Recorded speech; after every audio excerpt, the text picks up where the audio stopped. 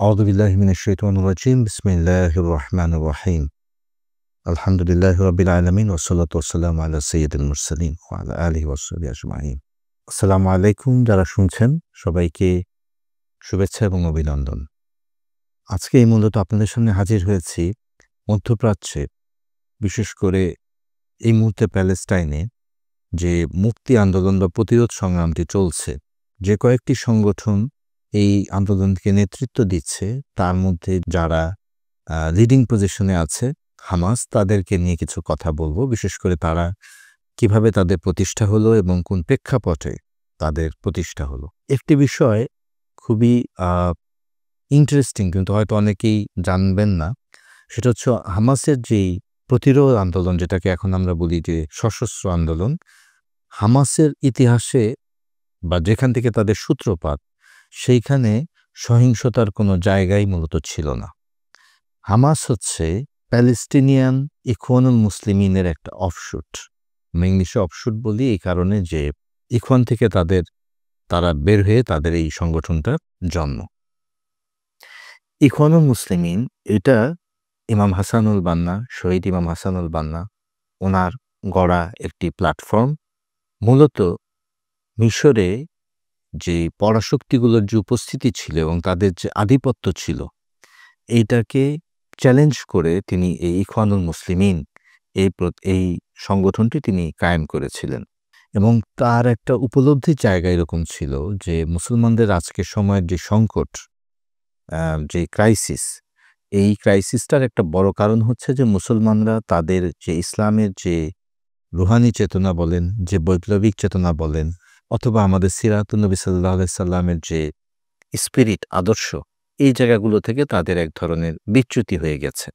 এবং মুসলমানদেরকে যদি আবার রিভাইভ করতে হয়, তাহলে সাল্লাল্লাহু আলাইহি সাল্লামের সেই সুন্নাহ, সেই চেতনাকে আবার মুসলমানদের মধ্যে ইনগ্রেইন করে তাদের মধ্যে আবার সেই বিষয়গুলোকে যদি স্থাপন করা যায়, তাহলে মুসলমানদের মধ্যে আবার সেই সোনালী যুগ ফিরে আসতে পারে। এবং তাহলেই যেটা ঘটবে সেটা হলো যে পরাশক্তিগুলো মুসলিম ভূখণ্ডগুলোতে তারা যে রাজত্ব বা আধিপত্য প্রতিষ্ঠা করেছে সেটার একটা অবসান ঘটবে। এটা অত্যন্ত দুঃখজনক, কিন্তু বাস্তবতা সেটা হচ্ছে যে ঐতিহাসিকভাবে দেখা যাচ্ছে যে মুসলিম ভূখণ্ডগুলোতে পরাশক্তিগুলোর এই উপনিবেশ স্থাপনের একটা প্রক্রিয়া বহু বছর আগে থেকেই ছিল। এবং এই পরাশক্তি বা উপনিবেশিক শক্তি যাই বলি, এদের এই সুযোগটা পাওয়ার একটা বড় কারণ ছিল মুসলমানদের মধ্যকার বিভেদ বিভাজন। আমরা যদি অটোম্যানদের সময়কার কথা যদি চিন্তা করি, বা তারও আগে যদি চিন্তা করি, যখন ক্রুসেডাররা দ্বিতীয়বারের মতো এই পবিত্র ভূমিতে আসলো, বৃহত্তর লেভান্ট অঞ্চলে আসলো, তখন দেখা গেল যে মুসলমানদের মধ্যে যে ছোট ছোট দেশ ছিল, তারা একটা দেশ আরেকটা মুসলমানদেরকে পরাজিত করবার জন্য তারা ক্রুসেডারদের সাথে একটা আপোষে চলে গেল। এবং সেই ক্ষেত্রে গুটি কয়েক আলেম ছিলেন যারা খুব সাহসী ভূমিকা পালন করেছিলেন, যার মধ্যে অবশ্যই ইমাম ইজ্জুদ্দিন বিন আব্দুল সালাম রহমতুল্লাহ আলাইহির কথা বলতে হয়, যে যারা আসলে প্রতিরোধ তৈরি করতে পেরেছিলেন বা শাসকের বিরুদ্ধে প্রকাশ্যে বলতে পেরেছিলেন যে না, আপনি এরকম ক্রুসেডারদের বিরুদ্ধে আপনি কাউকে সমর্থন দিতে পারবেন না, বা এক মুসলমানদেরকে হারানোর জন্য এই ভূখণ্ডে খ্রিস্টিয়ান ক্রুসেডারদেরকে আনার কোনো সুযোগ নেই। ঠিক একই ধারাবাহিকতা আমরা অটোম্যান সাম্রাজ্যেরও কিছু কিছু সময় দেখেছি। সেখানেও মিশরে ধরেন কোনো এক মোহাম্মদ আলীকে ঠেকানোর জন্য দেখা গেছে যে ব্রিটেনের সাথে তারা এরকম আপোষ করে বা চুক্তি করে। তো এই জায়গাগুলো মুসলমানদের মধ্যে এটা একটা পুরাতন সমস্যা, এবং এই জায়গাগুলোকে কেন্দ্র করেই আমাদের বাংলাদেশের বা এই ভূখণ্ডে যেমন ইস্ট ইন্ডিয়া কোম্পানি এসেছিল এবং ব্যবসার নামে পরবর্তীতে তারা শাসন কর্তৃত্ব তারা ছিনিয়ে নিয়েছিল, ঠিক একইভাবে মিশরেও ব্রিটিশদের একটা প্রভাব ছিল। এবং তারা এই প্রথমে বিভিন্ন ধরনের অর্থনৈতিক কার্যক্রমের মাধ্যমে, পরবর্তীতে সুয়েজ খালের নিয়ন্ত্রণ নেওয়ার মাধ্যমে বিভিন্নভাবে তারা মিশরের উপর তার একটা আধিপত্য প্রতিষ্ঠা করেছিল। মূলত এরকম একটি জায়গাতে শহীদ ইমাম হাসানুল বান্না তার মতো করে তিনি এই প্ল্যাটফর্মটা তৈরি করেছিলেন, মুসলমানদেরকে জাগানোর চেষ্টা করেছিলেন। তিনি শিক্ষকতা করতেন, তিনি মানুষকে মুআল্লিম হিসেবে তিনি তাদেরকে ট্রেন আপ করতেন, ছোট ছোট কফি শপগুলোতে গিয়ে তিনি তাদেরকে উজ্জীবিত করতেন। পরবর্তীতে দেখা গেল যে যেহেতু মুসলিম ভূখণ্ডগুলোর অনেক জায়গাতেই কাছাকাছি সমস্যা, অনেক জায়গাতেই এইভাবে মুসলমানদের মধ্যে একটা চিন্তার চেঞ্জ আসলো, এবং অনেকেই হাসানুল বান্নার চিন্তায় বা আদর্শে প্রভাবিত হলো। এবং এইভাবেই এই ইখওয়ানটা মধ্যপ্রাচ্যের বিভিন্ন দেশে ছড়িয়ে পড়ল। এক্ষেত্রে প্রথম যে কয়েকটি দেশে ইখওয়ান তার শাখা করে, তার মধ্যে ইরাক ছিল, তারপরে প্যালেস্টাইন ছিল, সিরিয়া ছিল, কয়েকটা দেশে ইখওয়ানটা শুরু হয়। তো প্যালেস্টিনিয়ান যে ইখওয়ানটা ছিল, সেই ইখওয়ানটা ছিল একদমই নন পলিটিক্যাল একটা অর্গানাইজেশন। ঠিক আমরা আমাদের এই বর্তমান সময়ে আমরা যেমন ফরম্যাটে দেখছি, এরকম একটা অহিংস একটি জায়গা, তাদের মধ্যে সামরিক কার্যক্রমের কোনো উপস্থিতি ছিল না। পরবর্তীতে যেটা দেখা গেল যে ওই প্যালেস্টাইনের মধ্যে হামাসের যিনি প্রতিষ্ঠাতা শেখ আহমদ ইয়াসিন, এখানে তার প্রতিষ্ঠার ১ বছর আগে ইহুদিদের যে উপস্থিতি, তার বিরুদ্ধে একটা রিভোল্ট হয়েছিল প্যালেস্টাইনে। তার মানে হচ্ছে ওনার জন্ম হয়েছিল 1936-এ, 1935-এ এটা করেছিলেন ইমাম ইজউদ্দিন বিন আল কাসসাম, ওনার নেতৃত্বে একটা বিদ্রোহ হয়েছিল। এতে প্রথম যে মেসেজটা আমাদের বোঝা দরকার এই ছোট্ট তথ্যটার মধ্য থেকে, সেটা হলো যে প্যালেস্টাইনে জায়নবাদ বা ইহুদিদের যে আধিপত্য, এইটার বিরুদ্ধে যে প্রতিরোধ সংগ্রাম, এটা হাল জমানোর কোনো বিষয় না। এটা ২০০০ সালের পরে শুরু হয়েছে এরকম কোনো বিষয় না। এটা হামাসের যিনি প্রতিষ্ঠাতা, তারও জন্মের আগে এই ধরনের উদ্যোগ হয়েছে এবং এ কারণেই ওনাদের যে হামাসের যেই প্রতিরোধ আন্দোলনটা, এটার নাম কিন্তু করা হয়েছে আল কাসসাম ব্রিগেড। আচ্ছা, যাই হোক, তারপরে যখন এই শেখ আহমদ ইয়াসিন যখন জন্ম নেন, উনি গ্র্যাজুয়ালি একজন স্বাধীনচেতা এবং চিন্তাশীল ব্যক্তিত্ব ছিলেন, দূরদর্শী ব্যক্তিত্ব ছিলেন। তিনি প্রথম দিক থেকে মনে করতেন যে প্রস্তুতি ছাড়া আসলে প্রতিরোধ যুদ্ধ করলে তাতে রেজাল্ট ভালো হয় না এবং উনি এই কারণে অনেকের মতো করে শুরুতেই প্রতিরোধ আন্দোলনে যান নাই। এগুলো যারা হামাসের হিস্ট্রি জানেন না, তাদের কাছে হয়তো কিছুটা বিস্ময়কর মনে হবে, কিন্তু এটাই হচ্ছে ঐতিহাসিক সত্য। সেই সময় বরং আজকের যে ফাতা আন্দোলন, যেটাকে আমরা এখন বলছি যে একদম দুর্নীতিতে সয়লাব, ফিলিস্তিনিবাসীর মধ্যে কোনো গ্রহণযোগ্যতা নাই, এই ফাতা আন্দোলন বা বামপন্থী কিছু প্যালেস্টিনিয়ান মুভমেন্ট, তারা ইসরায়েলের বিরুদ্ধে অনেক বেশি সোচ্চার ছিল এবং অনেক বেশি তারা সহিংস কার্যক্রম পরিচালনা করত। আর ইখওয়ান বরাবরই সামাজিক বা অহিংস কার্যক্রমগুলো করত এবং এই কাজে প্রথম দিকে যখন শেখ আহমেদ ইয়াসিন শুরু করেন, তখন তিনি আল জামিয়া আল ইসলামিয়া নামে একটি কাজ করেন। সেটা হচ্ছে একদমই ক্রীড়া, বিনোদন, এই টাইপের কিছু কাজ। তিনি এর মাধ্যমে মূলত তিনি যখন বুঝলেন ইমাম হাসানুল বান্নার ফিলোসফি অনুযায়ী যে আগে মানুষকে তৈরি করতে হবে তারবিয়াতের মাধ্যমে বা বিভিন্ন প্রক্রিয়ায়, একজন মানুষকে আসলে একটা মুজাহিদ হওয়ার পথে তার যে প্রক্রিয়া, তার ভেতরে যে ইমানি চেতনা বলেন, আদর্শিক বীজ বলেন, এগুলোকে তৈরি করবার জন্য আগে তাকে ট্রেন আপ করতে হবে প্রপারলি। তখন উনি এরকম একটা প্ল্যাটফর্ম করলেন, যেটা একদমই সিম্পল, কিছু কালচারাল কাজ, কিছু খেলাধুলা এবং কিছু বিনোদন, এরকম কাজ হতো।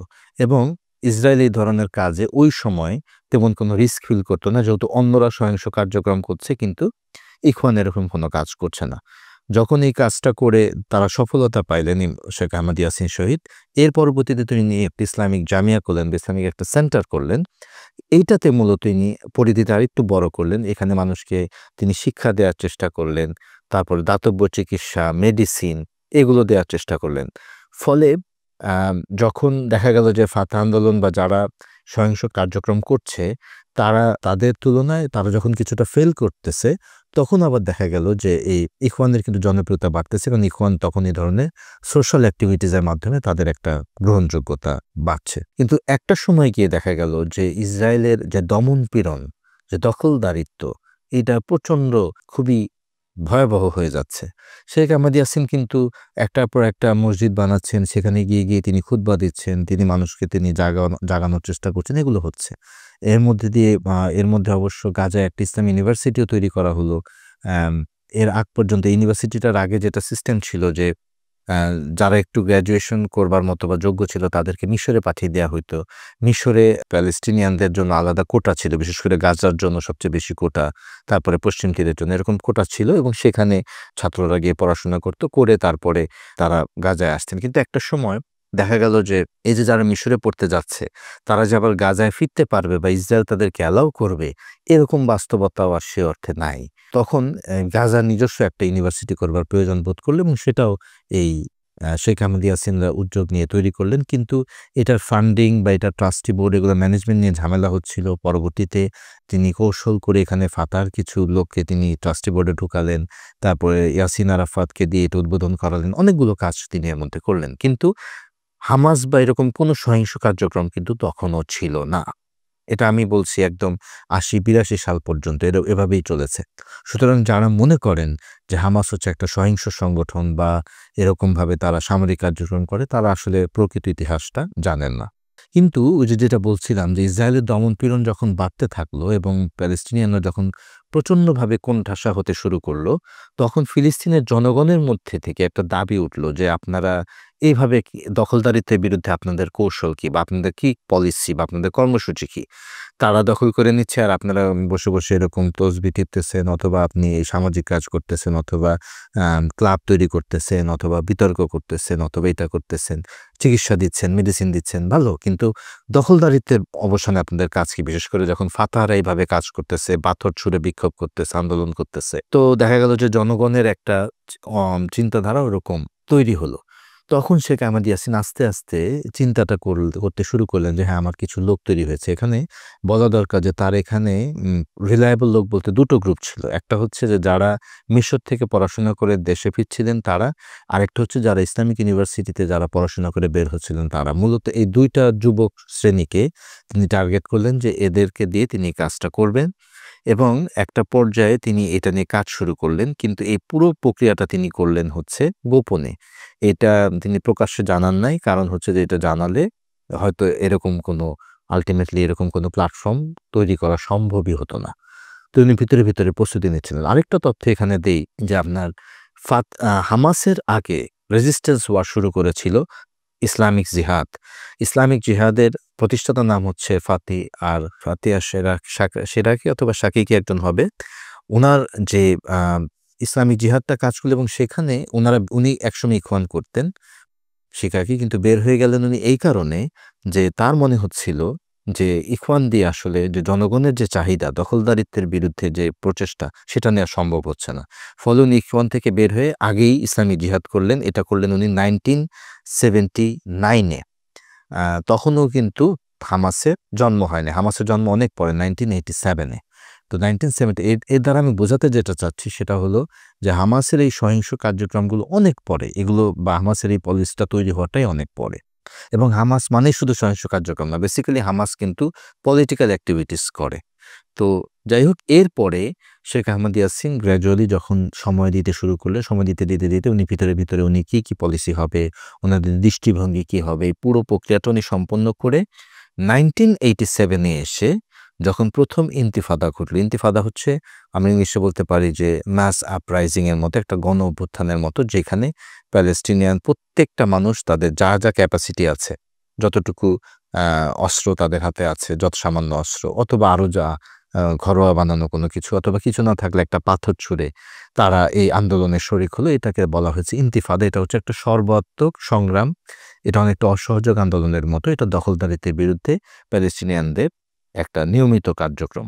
এই ইন্তিফাদাটা যখন হয়, এটা মূলত কিছু প্যালেস্টিনিয়ানকে ইসরায়েলের একটা গাড়ি ট্রাক চাপা দিয়ে মেরে চলে যায়।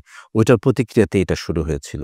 তখন ওই ইন্তিফাদা এবং হামাস এই ২ টার উদ্ভবটা মোটামুটি একই সময় হয় এবং তারপরে এই ইন্তিফাদাতে এই হামাসের একটা অংশগ্রহণ হয়।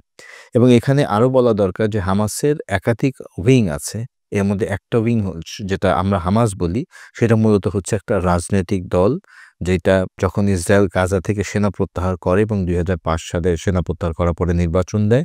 সেই নির্বাচনে কিন্তু হামাস অংশগ্রহণ করেছিল। হামাস কিন্তু জয়ী হয়েছিল এবং হামাস থেকে সেই সময় ইসমাইল হানিয়া, যিনি পরবর্তীতে গত বছরে শহীদ হয়েছেন, উনি প্রধানমন্ত্রী হয়েছিলেন।